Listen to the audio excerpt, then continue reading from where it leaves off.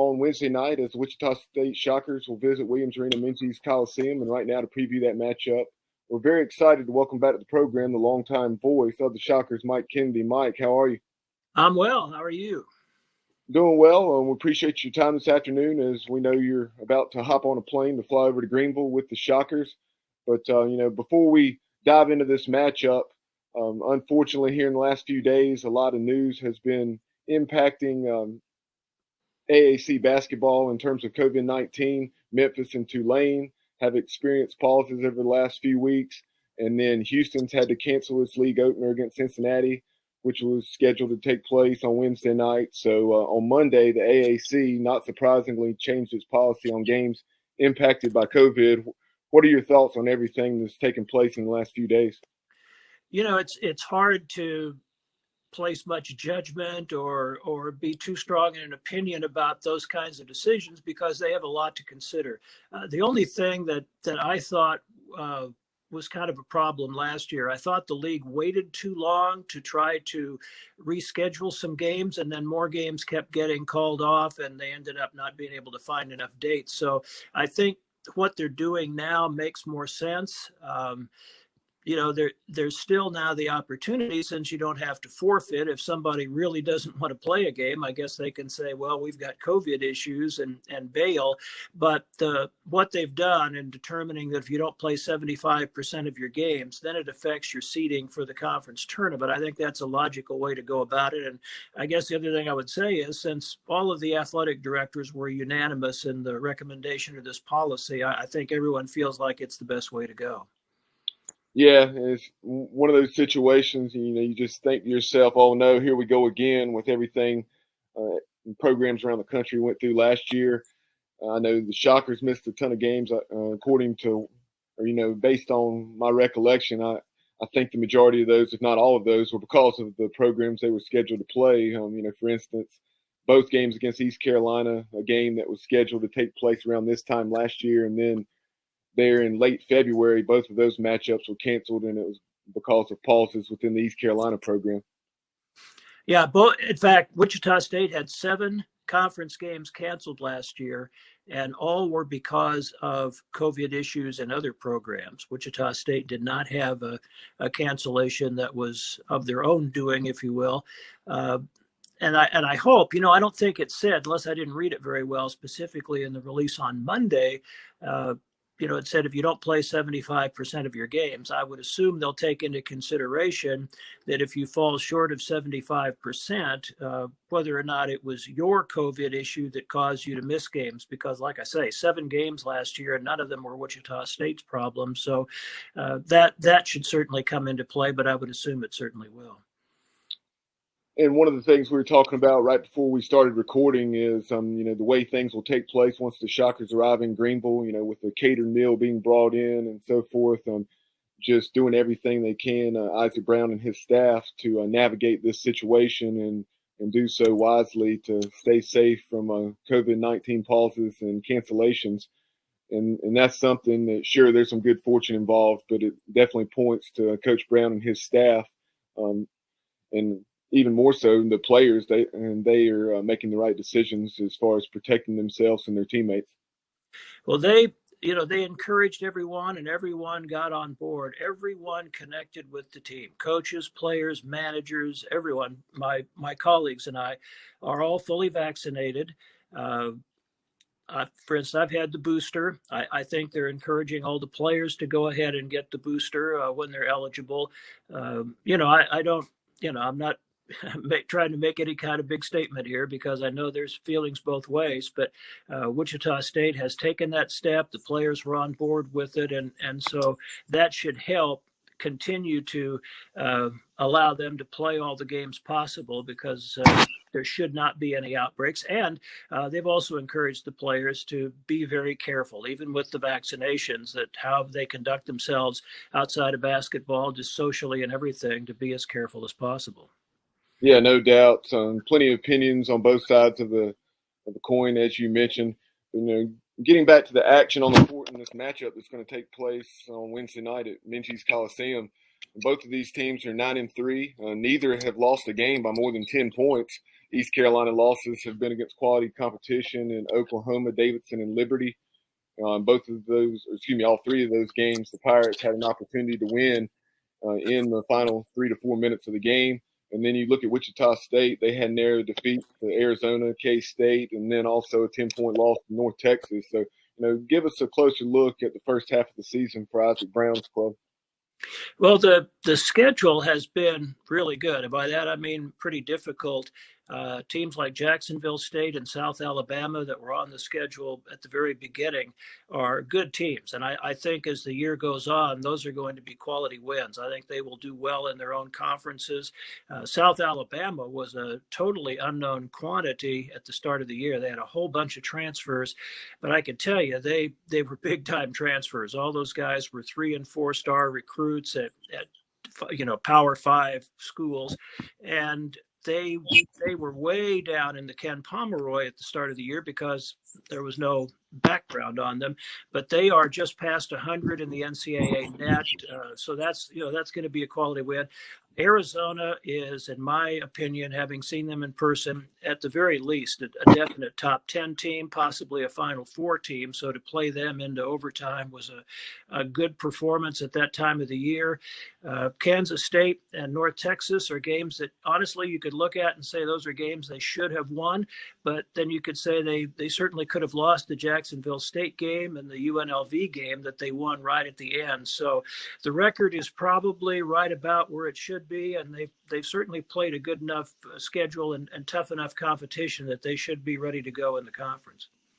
And as you take a look at East Carolina and Joe Dooley's club, the Pirates have found a way to do something they haven't done, prior to last year, and that's win the games that they're supposed to win.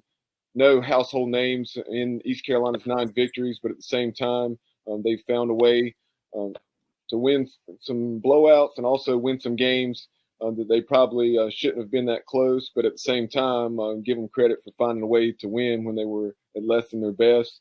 But, what are your thoughts on Joe Dooley's club? Well, first of all, I have a great deal of respect for Joe Dooley. I'm aware of what he's done over the course of his career. He had a tough situation that he took over there. And I remember it was in my notes that by the 7th game of his second year, he had 1 scholarship player remaining from the year before. He pretty much cleaned house. And, it's going to be an interesting game for me because, as you mentioned, neither of the games were played last year between these two programs. So we haven't seen these guys for a couple of years, but among those are some players that played against Wichita State 2 years ago. He now has a solid core of 4 or 5 guys that are in their 3rd year as regulars in the program. Then they've added a couple of quality transfers. So again, you can look at the schedule and say, well, they don't really have that significant win yet, but I think it's very clear this is a much improved ECU team and that he is continuing to move the program in the right direction. Yeah, trying to win those close games against the likes of Oklahoma, who has wins over Florida, Arkansas, and some other quality opponents. And then, you take a look at Davidson. Davidson, the last time I checked, was like 10 or 11-2, and they picked up a victory over Alabama. Yeah, those are definitely indications that they can hang with about anybody. And, those are, even in losses, those are games that should give a team that's on its way up like ECU some confidence and some belief in themselves. And I think it just makes them that much tougher. In my opinion, this is a team that could beat anybody in the conference on a given night. And with what's transpired at Houston, losing a couple of key players, I think the conference is almost totally up for grabs. And I think it's going to be a really interesting race. One of the things, or a couple of things actually, that jumped out at me as I was looking over the Shockers numbers, you have 9 guys that are averaging 17 plus minutes per game out of the 10 who have played, and only 2, though, who have played more than 25 minutes per game. And then looking at the rebounding numbers, you have 9 Wichita State players who are averaging between 2.5 and 5.5 rebounds. Yeah, there is good balance. There's good depth. Their bench has outscored the opposing team's bench in every game except one. And they've had Craig Porter and Joe Pleasant, who are both starters, missed the last game against Prairie View with injury. So they had 8 guys, 8 scholarship players suited up. So there have been occasions here and there where guys have gotten a little more opportunity, and so everybody's played a fairly significant number of minutes. And so I think their depth is going to be a strength going forward, pretty good balance in scoring.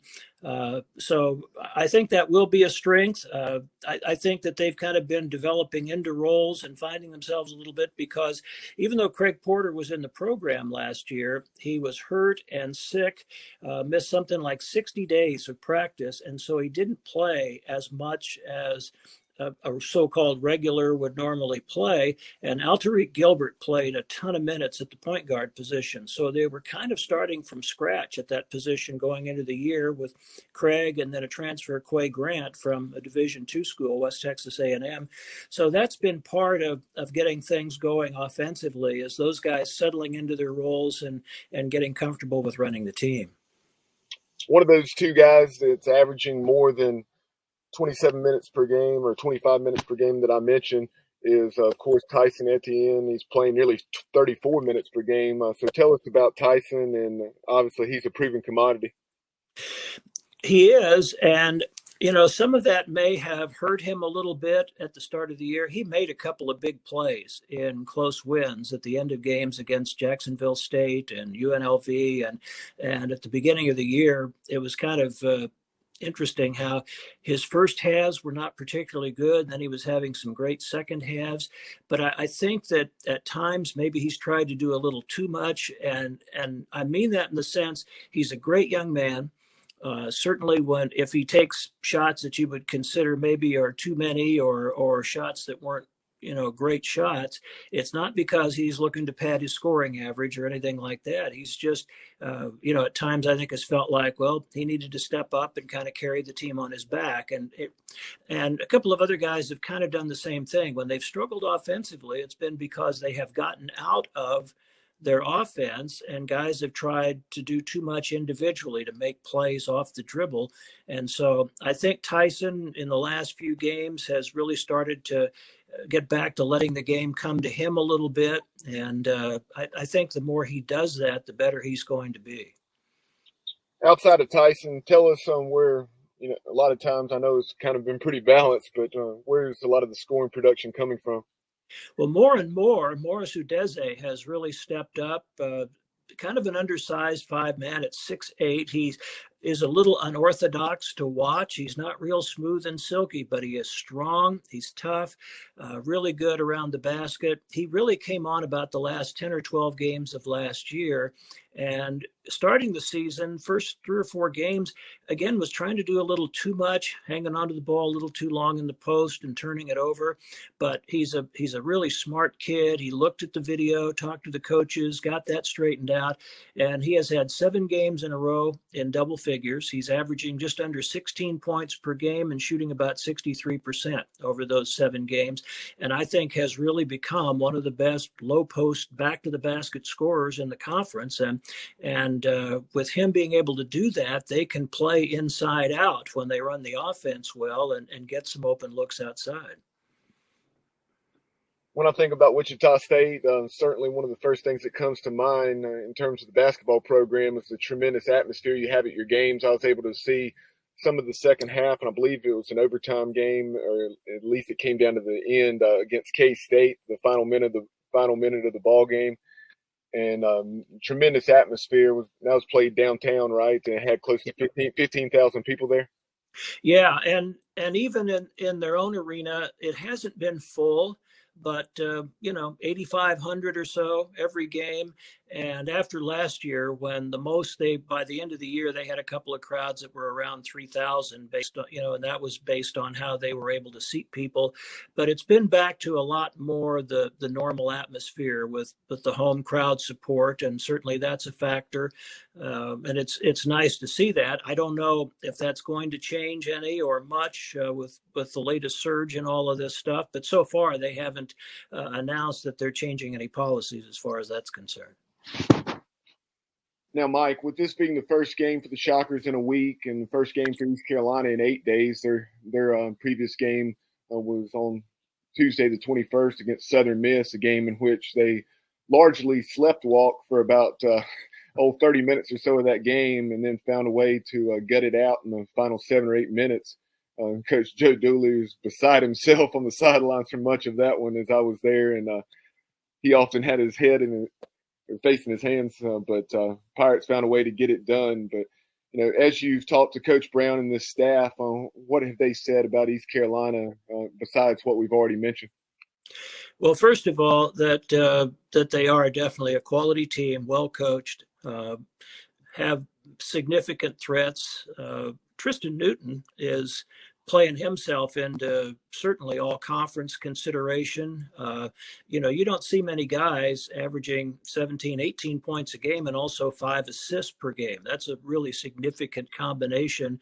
And they've got balance. They've got different guys that can score. They can score inside and out. And he has definitely hammered home to his team that ECU is undefeated at home. He has brought that up any number of times. Wichita State, going back to Greg Marshall, for many years has been a really good exceptional road team. They have the second best road record in the nation to Gonzaga over the last 11 or 12 years. And Coach Brown has continued that. They still stress those same things of defense, rebounding, toughness to win on the road. So they'll try to bring all that into play, but he has made it very clear to them that that's as important as ever with the way ECU is playing at home. Yeah, it should be a tremendous matchup. We know here very soon you're going to have to catch a flight to Greenville, but we appreciate you carving some time out for us.